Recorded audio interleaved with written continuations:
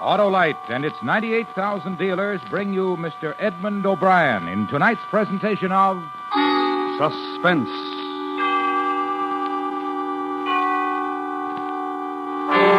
Tonight, Autolite presents a true story as we dramatize the diary of a man whose unfortunate task it was to set down a report on the death of his friends. Ordeal in Donner Pass. Our star, Mr. Edmund O'Brien.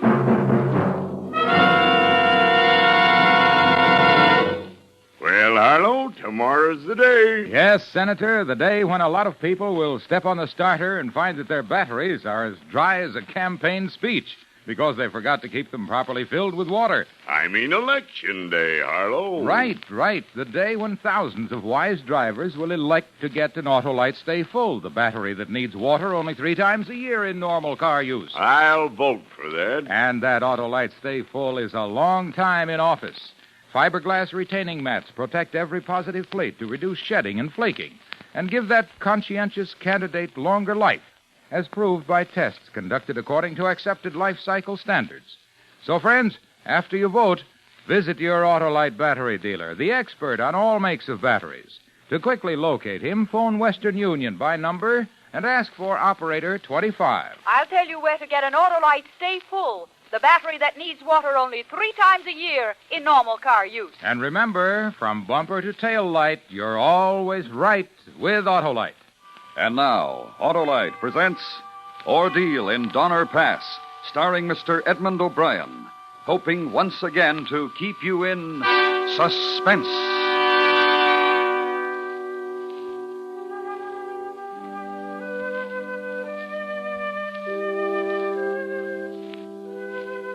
My name is Patrick Breen, and I am a God-fearing man who loves his family and tries to do right by his fellow man.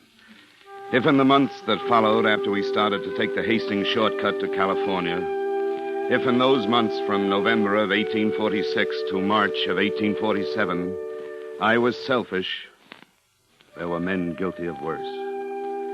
I'd done what I was able. I'd done what was the most any man could.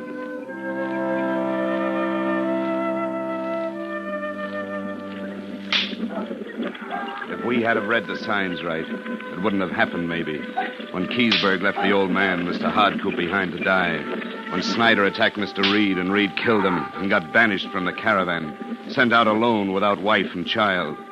If we saw the signs of losing all those cattle in Truckee Meadows, and the Indians sneaking up and killing half the rest, we would have seen the hand of nature working against us. And the crazy task of clearing a road through the Sierra Mountain wilderness by hand. 30 miles of road. We should have seen the signs. But the Donner Party only saw Missouri where they came from, and California where they was going. We didn't see in between. Well, what's the trouble? What's the matter?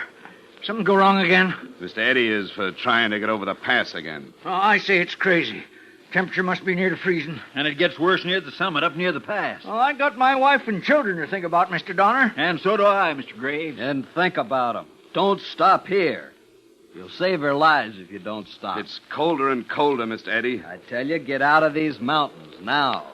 We'd have to leave most of our goods behind. And leave your goods. Leave our goods? As well leave our money. And your money. You talk madness, Mr. Eddie. What would we start our lives with in California? Don't be fooled. Mr. Eddie, you'll make trouble for yourself. Look at the health of our party.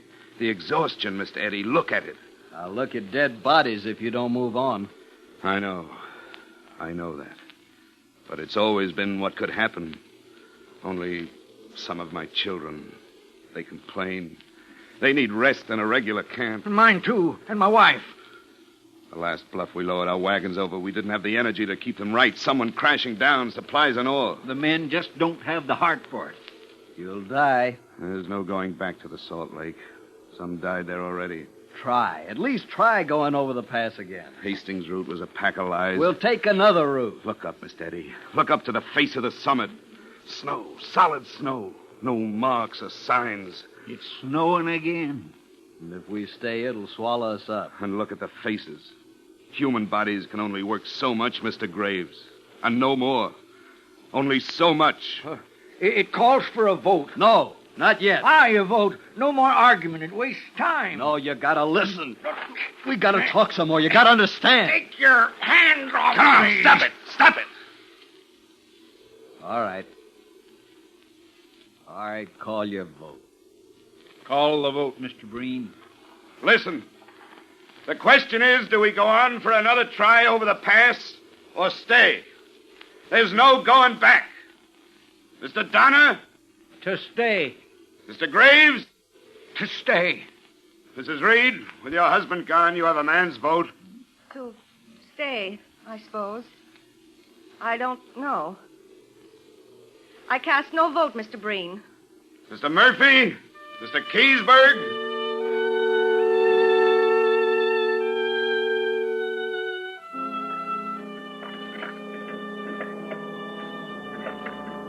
We built 3 houses.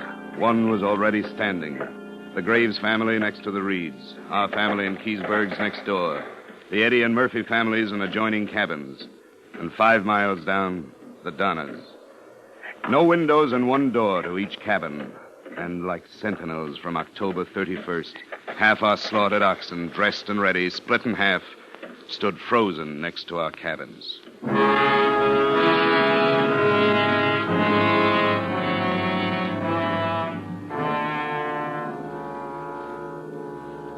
On Friday, November 20th, 1846, I began my journal.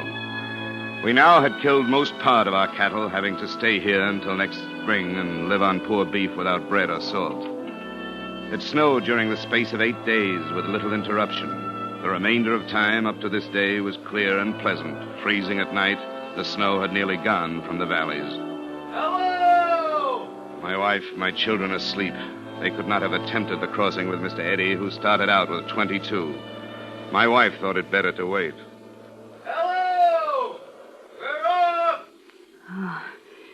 Oh, what is it? It's Mr. Eddy taking a group for another try. Oh, I wonder. It's no time for doubt. Doubt can mean terrible things. Do you think they'll make it? I've no facts to go by. Mr. Eddy's a courageous and daring man. Will they make it? It's only a feeling, and it's the only guide we have. Will they make it? I say no.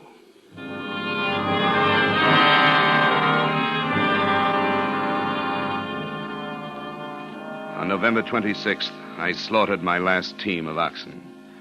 After this beef was gone, maybe Mrs. Eddy would sell me some of hers. There were some mules, there were dogs, and we waited.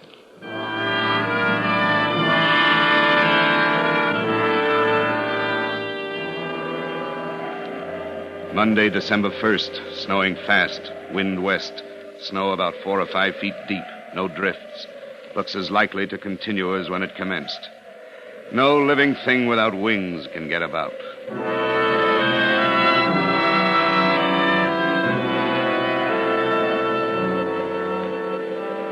Tuesday, December 2nd, still snowing, wind west, snow now about 5.5 to 6 feet deep.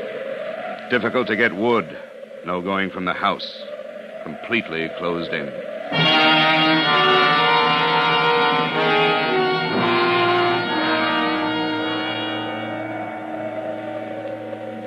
Eight days of storm and not seeing or hearing a word of life or death.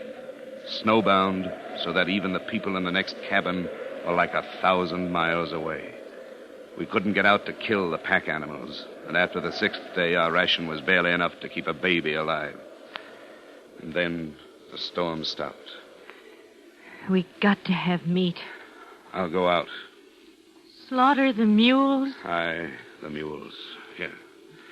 Help me with these boxes. The door is jammed. Step aside now. When I pull back the last hide, snow will fall through.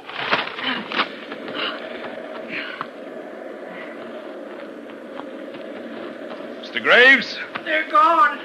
They're gone. What are you talking about? We didn't tie the stock. They ran off the stock. Oh, no. They couldn't have gone far, not in this storm. They gotta be here. Look for the tracks. Tracks would be gone, covered up. We should have tied them. Yeah, we should have tied them up. I can't dig anymore. Mr. Breen, Mr. Graves, Bayless Williams is dead. Will someone help take him from our cabin? Graves, will you help? I cannot. I gotta save my strength. I cannot. Come, Mrs. Reed. We'll give Bayless Williams the final rest, poor man.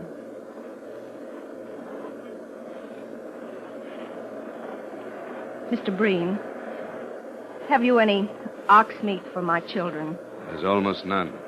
A little. Just a little for my children. We have children, too, Mrs. Reed. Sorry. It's starting to snow again. I'm sorry. And getting colder. Maybe we should call him Fortunate Mr. Williams.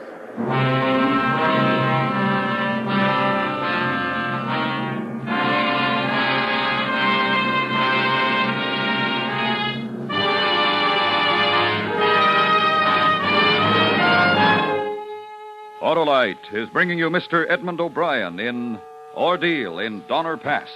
Tonight's presentation in radio's outstanding theater of thrills, Suspense.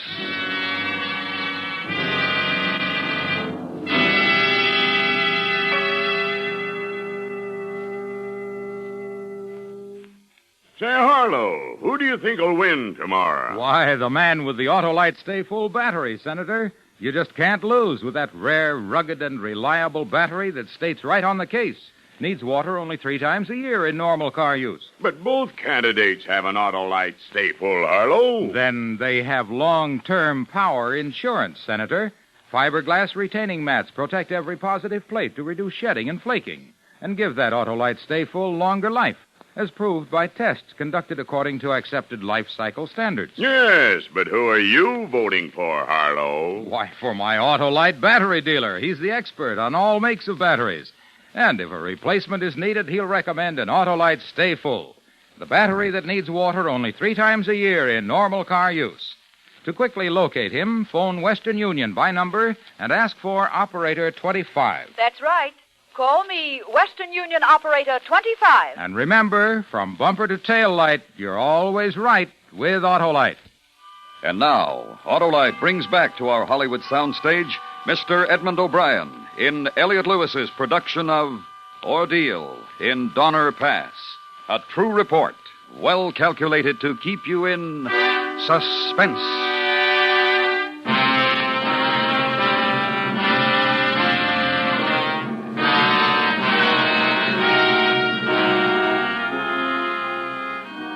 Maybe you say it was cruel of me to turn aside, Mrs. Reed.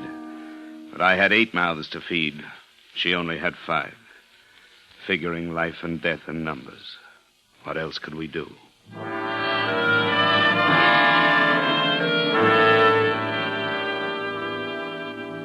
December 31st, 1846. Last of the year. With God's help, we spend the coming year better than the past, which we propose to do.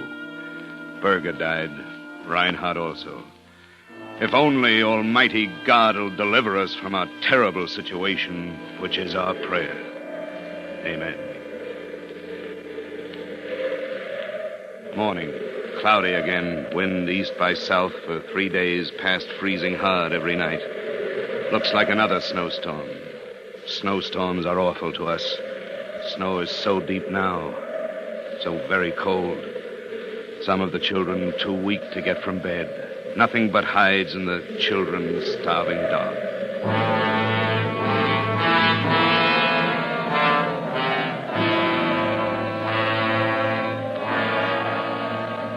Sunday, January 3rd, 1847. Freezing at night. Wind about east. Mrs. Reed talks of crossing the mountains with one of her older children, leaving others behind. Provisions scarce. I have no right to ask you. But it's for their sake I must go. No, not alone, Mrs. Reed. With Milt. No. And Eliza and Virginia. 10 strong mountain men couldn't do it now. I must. There isn't enough for all of us. Can I leave James with you? I'm going for bread, Tommy. To get bread for you and everybody. Shh, child. Shh. What of Tom? To the Graveses. Will they take him in? I can only ask. Will you help me take him over? Hurry, hurry, Mr. Breen. For God's sake, hurry.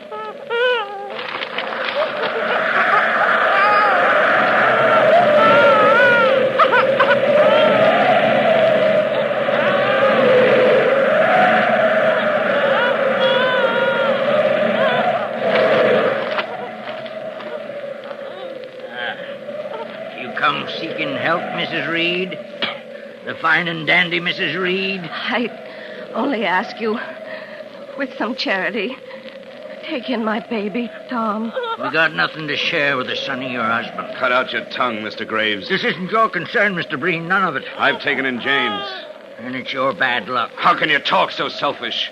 We're all of us one problem, all to help each other. We're more alone than ever, alone. When the man who fights the hardest wins his life and life for his family. You ask a price? There's still some animal hides on the roof of your hut. I thought to share them for all the children. And let the others care for your precious baby. Mr. Breen? He can have some of them you give me. And there's silverware you brought. A foul mind and a foul body. No fouler than the stink of your own cabin and living like animals. But you become one. And then there's a golden bracelet my wife saw you wear. You can have it. And fine linen cloth. Any of them. Enough! Shut up! You ask for another thing and I turn my hand against you. I'll kill you if you ask for another thing. Please, Mr. Breen. I got all I want. I got all I need.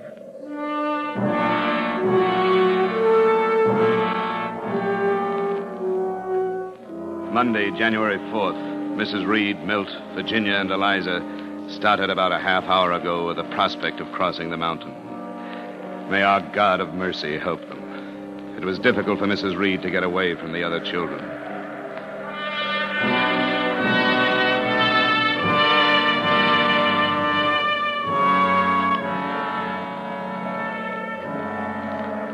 Friday, January 8th. Wind east. Froze hard last night. Very cold this morning. Mrs. Reed and company came back this morning. Could not find their way on the other side of the mountain. They have nothing but a few hides to live on.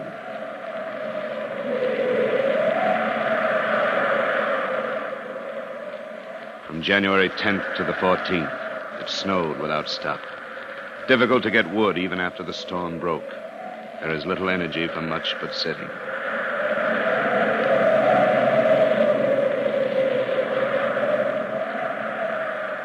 Saturday, 23rd. Blew hard and snowed all night. The worst storm we experienced this winter. The sun came out a while. No sign of any game. No birds. No Indians. Even they leave us to our fate. January 31st. Landrum Murphy died.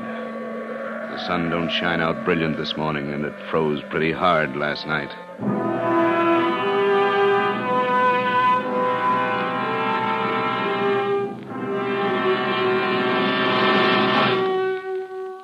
February 21st, 1847. We sat in our cabin. The hides was rotting from the heat inside and snow on top of them. But even those we boil and eat. We hear from the Donnas up the trail. Old Jacob Donna is dying. Many were dying.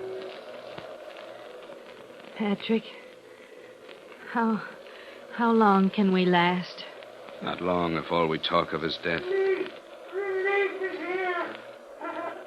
What was that?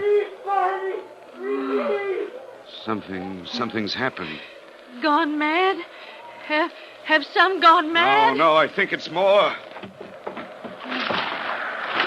are they? Who? Are we saved? Oh, God, dear God, are we saved? Hello there. Are you an angel or are you real? We're real. My name is Rhodes. Who sent you? How have you come to us? Reed told us. He got us to come. Reed? The man we banished, God forgive us. The man we cast out. You brought food. Some flour, some salt. We had to leave a lot behind. Enough to get us over the mountain? How many are there? Maybe 40, including children. Well, don't you know for sure? Every night there's less. We hardly see each other for days at a time. Keep that man away from the pack. You'll kill yourself if you eat too much. Put a guard on the food. We'll give out what we can. Not all of it. There's got to be enough left to go back. For how many? Maybe 20 of us. Not all of us? Well, all of us go. None of us will make it.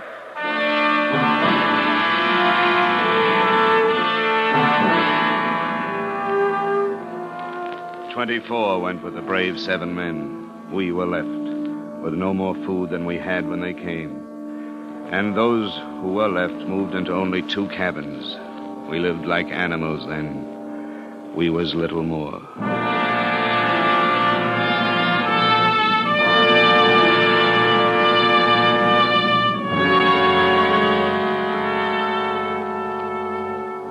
March 13th. Now I remember the day by counting it out, but I hardly knew then. I can't stand the filth, the smell. We'll freeze if we go outside. Build a fire on the snow. If the others help, we can. At least not to live in a room with the dead.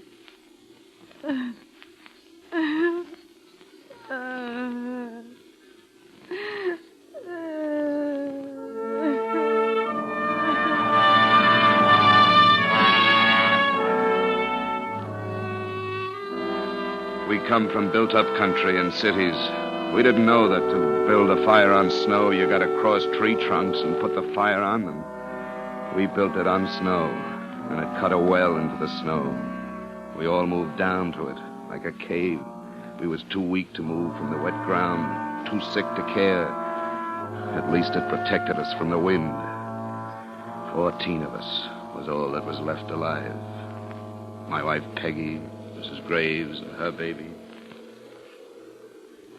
What did you have there? No, nothing. Nothing. You hid something under your shawl. I didn't hide anything. You put something to your mouth. No. No. You got some food. You've been holding out some food. Go back, Peggy. Leave her be. I won't. Under her shawl. No, stop now. Give it back. Give it. Give me. My baby. It's only a bleached out bone, Peggy. She ate all that was on it. She ate. Don't, Mrs. Graves, don't. She held out. It was only an empty bone. Been boiled over and over. Held out. An empty bone. Held out. Empty.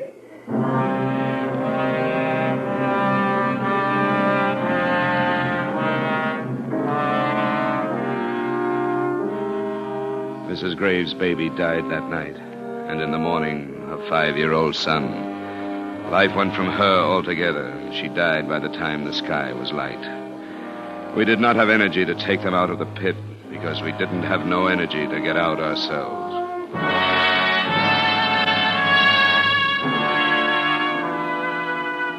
There was 11 left. Close to 90 started. Half died. And on the 6th day, in that cave of snow in the ground, sitting like animals in the mud, not caring or even hearing.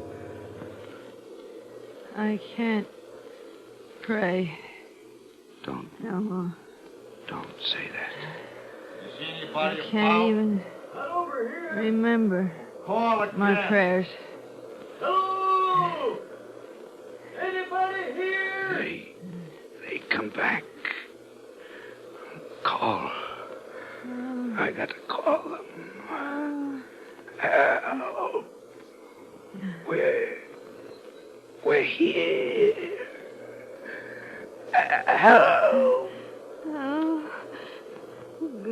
Go up to them.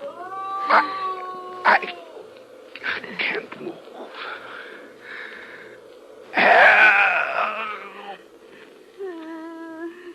They'll go and not hear us. They'll go. We'll die down here. Maybe if we all try to shout to them. Come on. Help!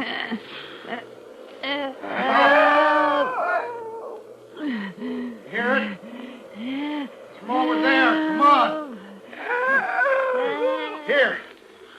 Down here in this hole. Oh, no.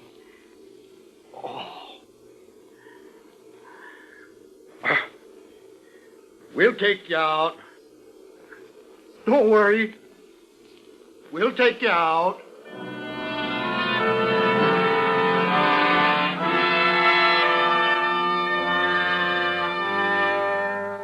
We lived in that place 5 months. We left the camp. We will never forget. Some of us was selfish. We will never forget that no matter what we done that was wrong, a lot of us tried to be decent. I done what I was able. I done what was the most any man could. April 1847.